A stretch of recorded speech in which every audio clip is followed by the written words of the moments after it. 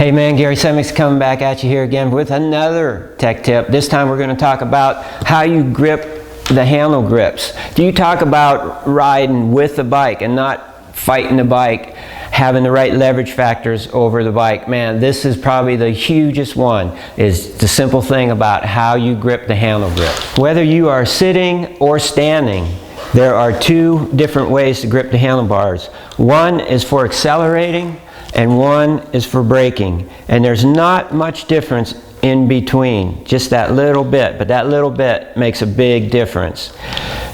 If you're accelerating, you need to have the grips gripped up higher, so when you open the throttle, your elbow doesn't go to China and you can still move over the front of the motorcycle. But when you're braking, your wrists have to be pretty much in line with the handlebars, so a little lower position. Otherwise, if you were in that overgrip position while you're braking, you'd pop off the handlebar.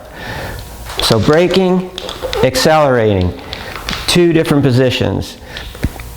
And when you go from braking to accelerating, you have to do what's called the regrip. Right as you're finishing off your braking, you do a little bit of a regrip on both sides.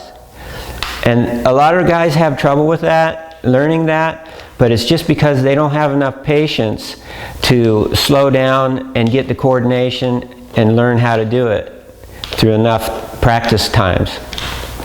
In order to learn how to do that regrip correctly, well, first, if you're not used to riding in the two different positions of braking and accelerating, you need to practice those separately long enough that you understand you can do both of those.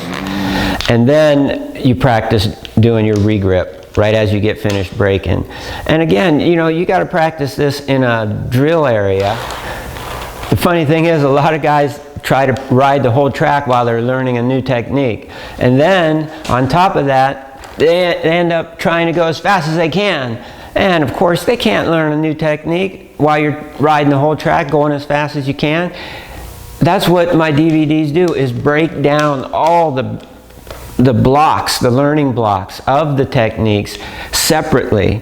And it shows you how to set up drills for each technique so you can learn it separately and then start blending it together with the other techniques. 55 absolute techniques of motocross, my motocross practice manual. If you want to get more body position and movement techniques, volume 3, DVD number 1, which is titled Body Positions and Movements.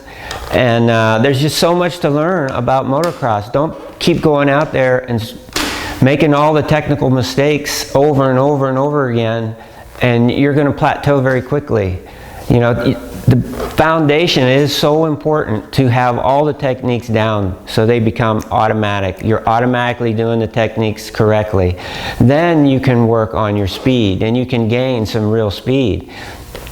But if you're putting the buggy before the horse and you're trying to learn how to go fast and you haven't mastered the techniques yet, it's going to get very frustrating. You're going to have a lot of injuries and you probably won't stick with it. So be smart. Learn the techniques first. Ride hard, ride smart. See you next time.